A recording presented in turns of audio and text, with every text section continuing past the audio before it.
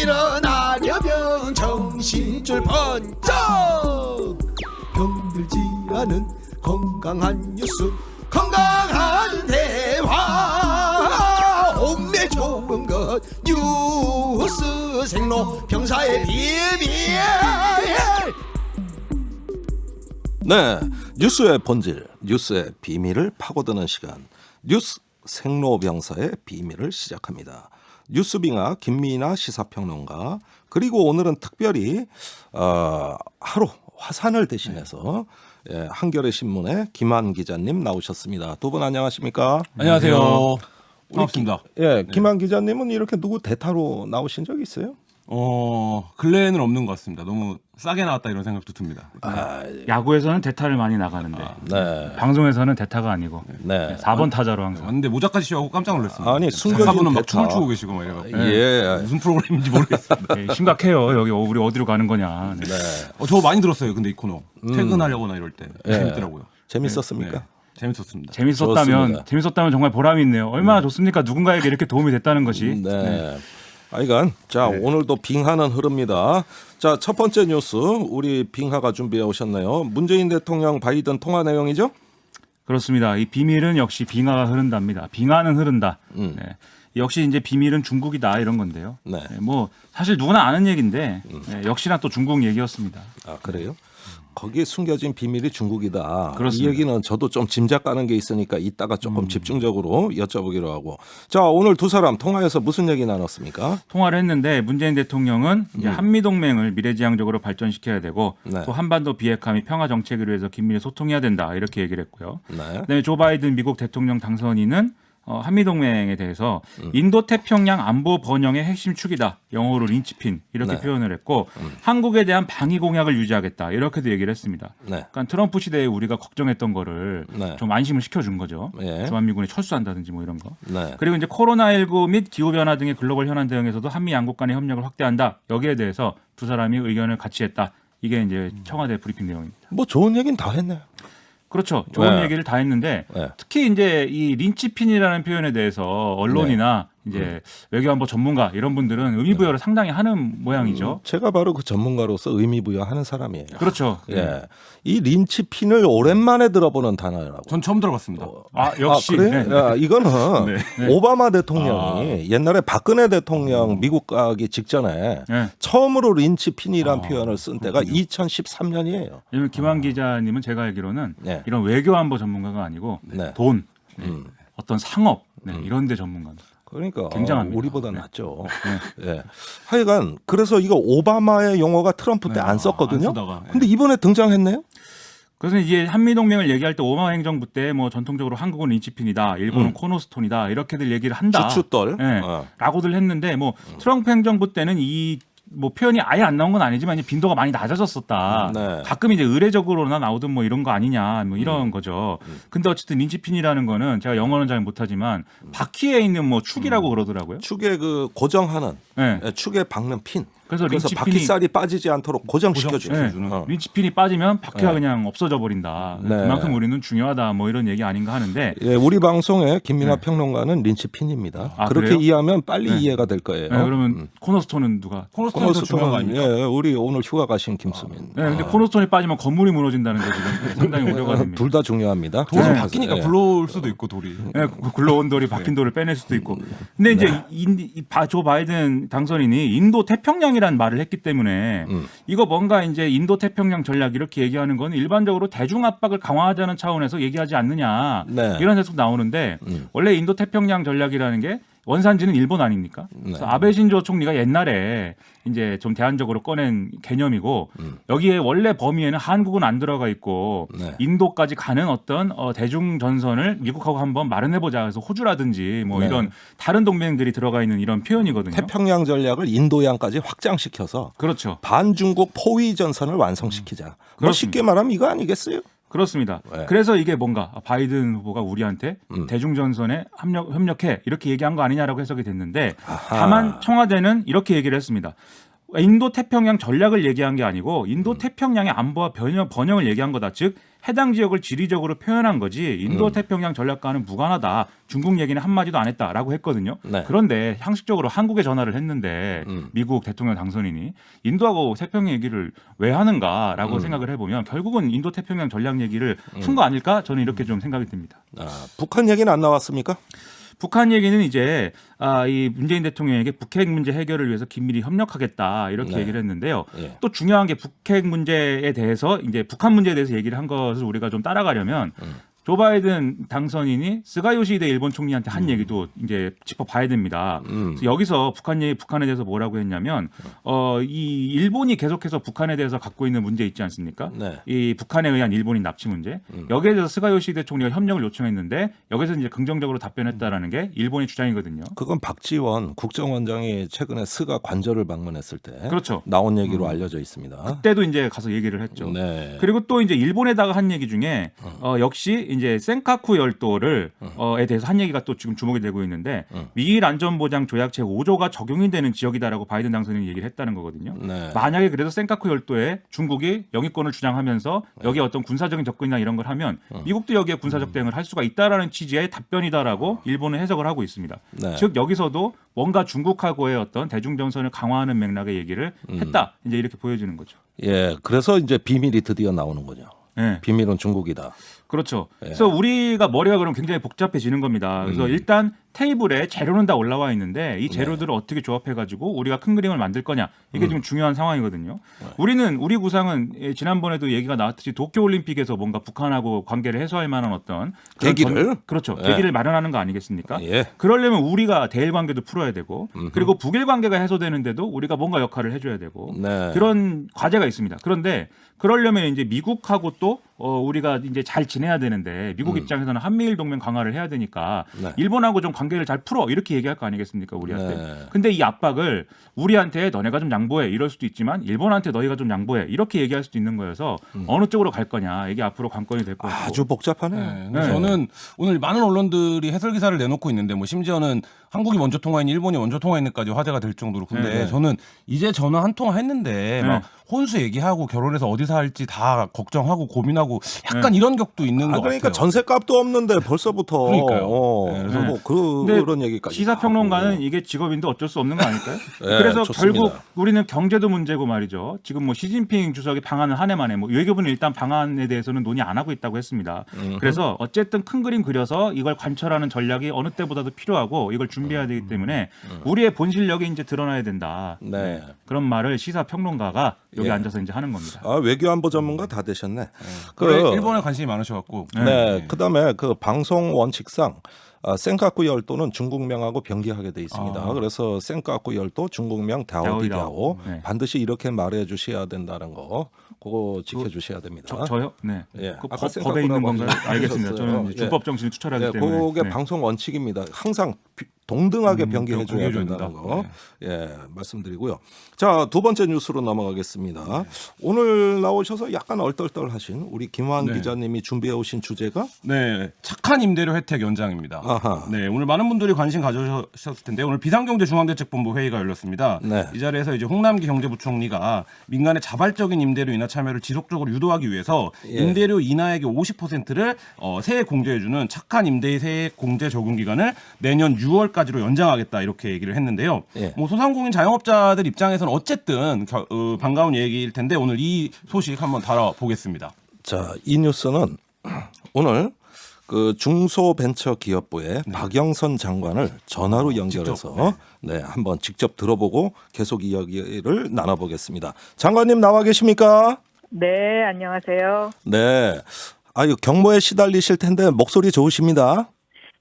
이렇게 방송에서 만나 뵙게 돼서 반갑습니다. 아, 예, 저도 반갑습니다. 네. 자, 장관님, 오늘 네. 그 중소벤처기업부에서 발표한 임대료 부담 완화 정책 어떤 내용입니까? 네, 지금 조금 전에 말씀하셨던 것처럼 그 임대료의 50% 그러니까 인하액의 50%를 네.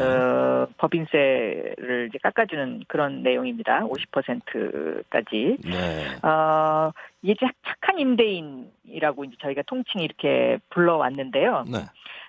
이렇게 그 세제 혜택만 있는 것이 아니고요. 네. 금융 지원 혜택도 처음으로 이번에 실시합니다. 아, 착한 네. 임대인한테 금융 지원 혜택을 준다. 이 뜻이죠? 그렇습니다. 예. 네. 그동안은 이제 부동산 그 임대업을 하는 분들은 그 정책금융 지원 대상에서 아예 배제됐었습니다. 아. 그리고 이제 금융기관에서도 특혜로 이자를 싸게 해준다든가 하는 이제 이런 상품이 아예 없었었는데요. 예. 이번에 그 저희 중소벤처기업부에서 네. 이 착한 임대인에게는 네.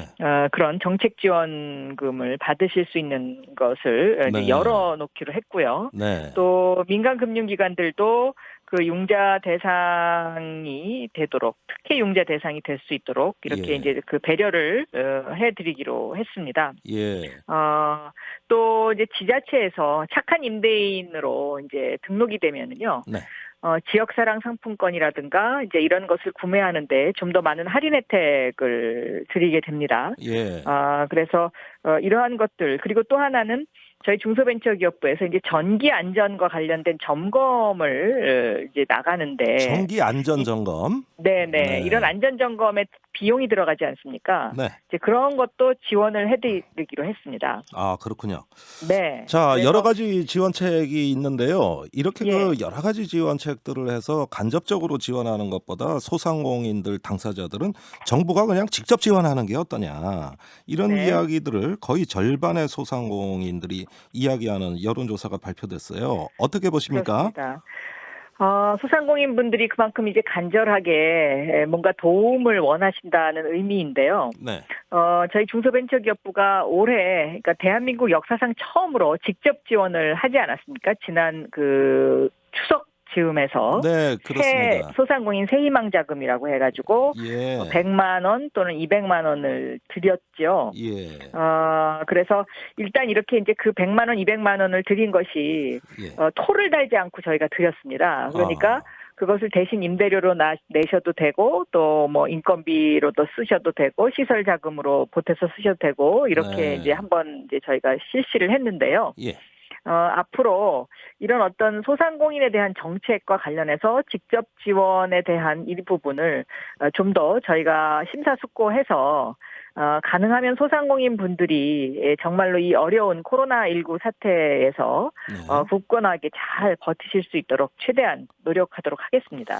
네, 장관님 말씀 들으니까 좀 희망이 느껴지는데요. 지금 장관님 그 우리나라 자영업자들이 폐업이 걱정이 아니라 파산이 걱정이라고 말하는 사람도 많습니다. 네. 굉장히 어려운 지금 처지에 있다는 거 장관님이 누구보다도 잘 알고 계시죠? 네, 그렇습니다. 네. 자, 그런데 현재 이제 한 가지 이제 네. 특이한 사항은 네. 소상공인 중에서도 이제 양극화 현상이 나타난다는 것입니다. 양극화. 네, 그러니까 이제 시대의 변화에 잘 적응하시는 분들, 예. 예를 들면 디지털 경제로 전환하는 그 과정 속에서 온라인으로 판매를 하신다거나 하는 이런 분들은 지금 오히려 매출이 늘으신 분들도 있고요. 네. 여기에 적응하지 못하시는 좀 연세 드신 분들 예. 이런 분들이 굉장히 힘들어하셔요. 그래서 저희도 이제 그런 분들에 대한 지원을 좀 더 강화할 수 있는 방안이 없는지 다각도로 네. 검토하고 있습니다. 아, 예. 마침 그 질문 드리려고 했는데요. 잠깐 네네. 순서를 바꿔보겠습니다. 그 임차인들의 경우에 코로나19로 인한 매출 하락도 문제지만 앞으로 디지털 상거래가 활성화됐을 때 지금보다 매출이 훨씬 줄어들 거 아니냐. 이 코로나 이후에 더 어려워지는 거 아니냐. 이런 이야기들 네. 많이 하시거든요. 이런 불안감에 대해서 어떤 대책을 이야기하실 수 그래서 있겠습니까? 저희가 이제 이미 올해 초부터 디지털 경제로 대전환 스마트 대한민국이라는 이런 어떤 중소벤처기업부의 국정운영 방향 속에서 네. 스마트 상점, 스마트 공방, 스마트 서비스 이 사업을 지속적으로 해왔고 이것이 이제 올해 시범 사업을 거쳐서 내년에 더 확대됩니다. 네. 근데 이제 스마트 상점과 같은 경우에는 오늘도 제가 이제 그 스마트 상점 이 모여 있는 드림 스토어를 갔다 왔는데요. 예를 들어서 이제 슈퍼마켓에 무인 점포가 가능합니다. 네, 무인 점포. 그러니까 24시간 슈퍼마켓을 운영할 수 있습니다. 예. 그냥 문 닫고 나가셔서 주인께서 문 닫고 나가셔가지고 그냥 놔둬도 이제 소비자들이 들어와서 결제해가지고 가져갈 수가 있으니까요. 네. 그렇게 해서 이제 매출이 늘어나는 무인 점포가 지금 늘고 있습니다. 그래서 네. 이런 이제 동네 슈퍼를 하시는 분들이 여기에 대해서 요즘 굉장히 관심을 많이 표명하시고 예. 지원을 원하십니다. 아하.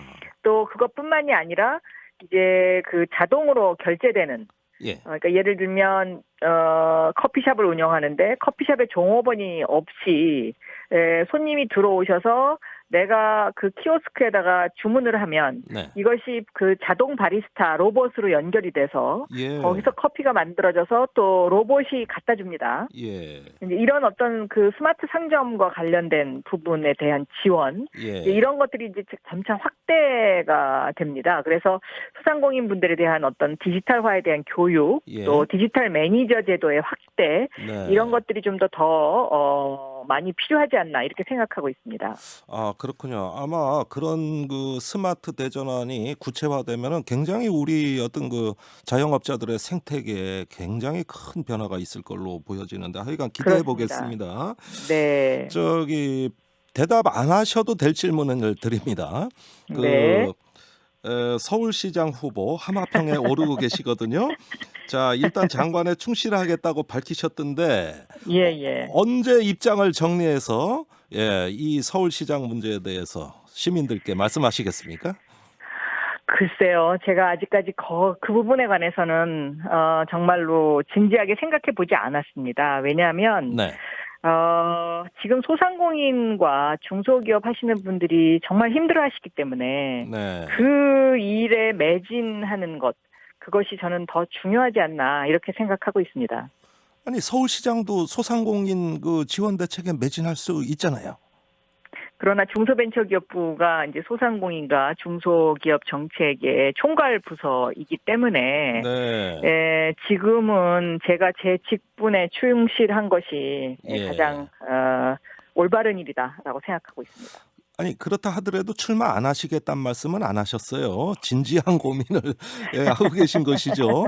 약간의 여지를 남겨두신 것으로 해석하고 싶습니다. 글쎄요. 제가 그것은 청취자 여러분의 몫으로 돌리긴 하겠습니다만 네.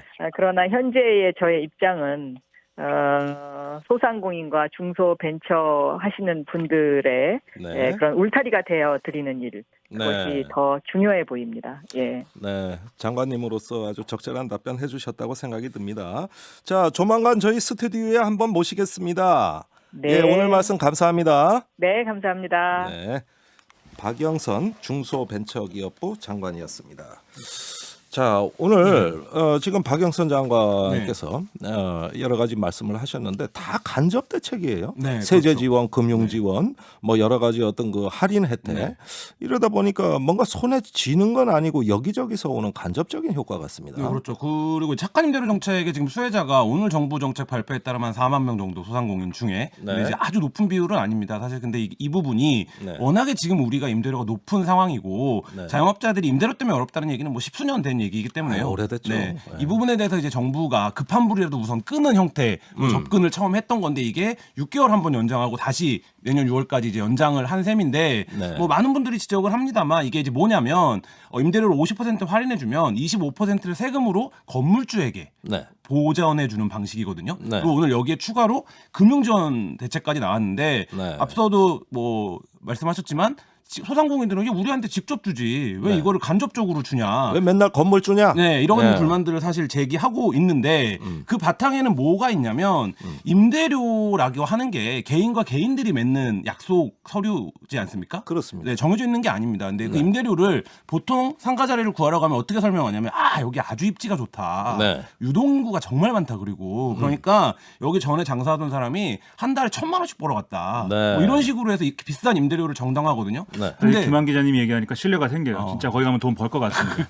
근데 코로나 이후에 네. 지금까지의 높은 임대료를 구성하던 이 요소들이 다 무너진 상태라는 거죠. 그렇죠. 예, 그러면 결국엔 정부 정책 핵심은 이 고통 분담을 네. 나눠지게 하는 건데 이 부분에서 소상공인에게는 지금 이제 2차 재난지원금이라고 우리가 부르는 한 번에 이제 100만 원, 200만 원 지원해주는 것만 이제 갖고 건물주에게는 6개월간 지속적으로 세액으로 25%를 보전해 준다. 이게 예.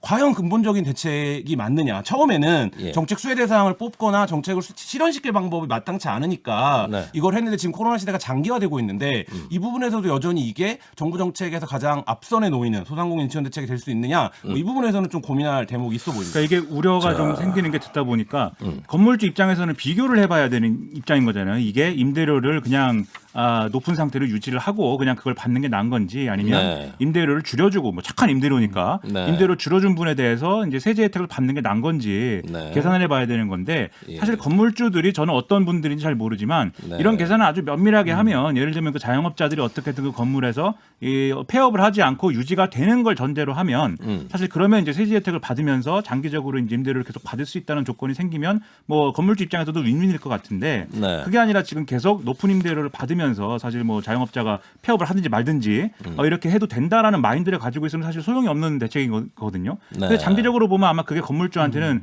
불행이 될 수 있을 겁니다. 왜냐하면 공실이 늘어나고 거기에 대한 임대료 수입은 이제 없어질 것이기 때문에 그런데 이걸 그러면 누가 어떻게 설득을 할 거냐 이 과정이 좀 필요한 것 같아요. 만약에 이걸 하려면. 그래서 자, 예, 말씀하세요. 정의당이나 이제 진보정당 일각에서는 착한 임대료가 아니라 독한 정부라는 표현을 쓰고 있어요. 착한 거 필요 없다. 네. 정부가 나가자. 정부가 독하게 나가는 이게 무슨 혼내줘라. 얘기냐면 네. 그 저도 뭐 혼내줘라는 아니고. 저도 이제 취재를 해보면 실제로 자영업자들의 위기는 상상을 초월하는 수준입니다. 정부가 일방적으로 영업하지 마 이러면 영업을 못했던 상황인데 네. 그 기간에도 꼬박꼬박 임대료는 나갔다라는 거죠. 그렇죠. 그러면 정부가 나서서 영업 정지로 해서 매출이 발생하지 않으면 임대료도 정지시켜주는 예. 최소한 이 정도의 장치는 만들어야. 독하다는 뜻이 네. 그걸 얘기하는 거군요. 그렇죠. 그러니까 예를 예. 들면 이 부분에서 아까 이제 그 김민아 씨도 얘기했지만 임대업자들은 굉장히 지금 여러 가지 선택지를 놓고 고민할 수 있는데 자영업자들은 사실 그런 방법이 없고 정부가 시키면 시키는 대로만 해야 되는 뭐 이런 상황에서 정부가 정책을 독하게 써야 된다. 근데 이거를 건물주를 착한이라는 수식어를 붙여서 설명하는 방식으로 해서 뭔가 애둘러서 그냥, 민간의 예. 선의에 의지해서 예. 이 부분을 끌고 갈 수 있는 상황이 더는 아니다. 뭐 이렇게 보여집니다. 자, 그 지금 말씀하신 내용이 정의당의 김종철 대표가 네, 했던 주장한 얘기죠. 내용이죠. 네, 그렇습니다. 예, 그 전에 심상정 대표도 네. 비슷한 주장을 했던 것으로 기억을 합니다.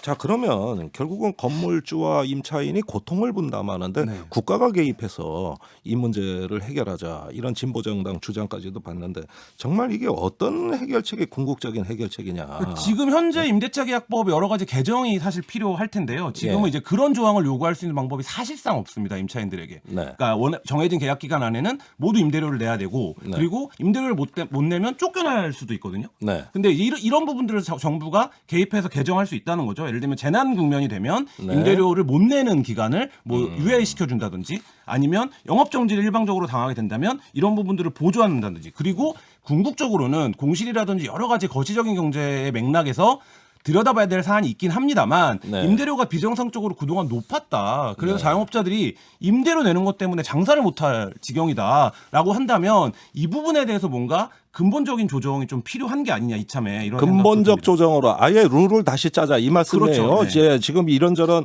어떤 지원책으로 감당되는 시기가 아니다. 이 말씀하신 겁니다. 자, 시간이 지금 한 2분 조금 더 남았는데요. 준비해온 뉴스 짤막하게 하나만 더 취급하겠습니다. 오늘 당정청에서 필수 노동자 대책을 세웠다죠?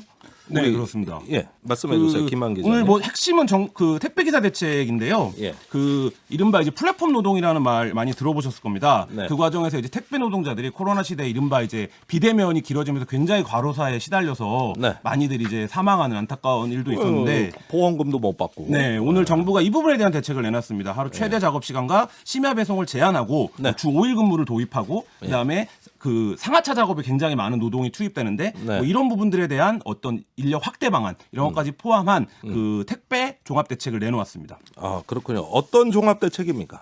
일단 택배 관련된 부분에서 과로사 방지 대책에 좀 집중이 됐는데요. 과로사. 네, 아, 그러니까 그렇죠. 지금 이게 가장 시급해요. 네, 올해가 이제 전태일 50주년이 됐는데 아직도 노동자들의 과로사를 말해야 되는 네. 뭐 이런 시대니 지금 좀 참담한 기분도 드는데요. 뭐 네. 장시간 노동을 막기 위해서 일일 최대 작업 시간을 제한하고 예. 이거를 회사에 권고하기로 했습니다. 이 이상은 일을 시키지 마라. 이렇게. 그리고 분류 집화 배송 이렇게 업무가 나눠지는데 예. 이 중에 필수 업무가 아닌 것들이 있었거든요. 예. 그러니까 이것도 이제 다 인정해라 뭐 이런 내용이고 그다음에 심야 배송을 자제시켜라. 네. 그리고 주 5일 근무를 도입해라. 뭐 이런 내용들이 포함이 됐습니다. 거기에다가- 장기적으로 노동자성이 강화되지 않으면 이런 대책을 다 사업주가 피해갈 수 있는 구멍들이 있습니다. 특수고용 네. 노동자에 처지기 때문에 그 부분을 어떻게 메워줄 것인가에 네. 대한 대책이 필요해 보이네요. 그 부분이 바로 이제 전국민 고용보험 관련된 부분인데요. 네. 사실 이제 특수고용자 문제도 굉장히 오래된 부분입니다. 근데 그 부분이 여전히 풀리지 않고 있고 계속 새로운 쟁점들이 부각되는 것처럼 보이는데 이 부분을 그래서 보완할 방법으로 그냥 전 국민이 일하면 노동보 그 고용보험에 가입하게 해주자라고 했었는데 그 부분도 오늘 당정청 논의에서 시동을 걸어보겠다 이렇게 좋은 입장을 소식입니다. 네. 예. 오늘 뉴스가 좀 살아있다는 느낌이 드나요? 역시 김한 기자가 와서 그런가요? 그러면 그거 아니 오늘 두 분 뉴스가 많이 살아있다. 자영업자들 다 살려야 되고 특고 노동자들도 다 살려야 됩니다. 네, 예. 살려야죠. 저도 살려야 되고, 네, 예. 김수민도 살려야 되고, 네, 김수민 살아 있습니다. 네, 살아 있습니다 지금. 네, 예. 김수민 평론가는 예. 네, 지방에 지금 잠깐 출장을 한 것이지 예. 네, 화산이 없어진 게 아닙니다. 네, 휴화산에 됐을 뿐입니다. 네. 네. 자, 해석이 좋습니다. 자, 시간이 다 됐습니다. 자, 오늘 생로병사 어떤 살아있는 뉴스를 취급하게 돼서 오랜만에 저도 기운이 생깁니다. 뉴스 생로병사의 비밀 여기까지입니다. 잠시 후 2부에서 뵙겠습니다.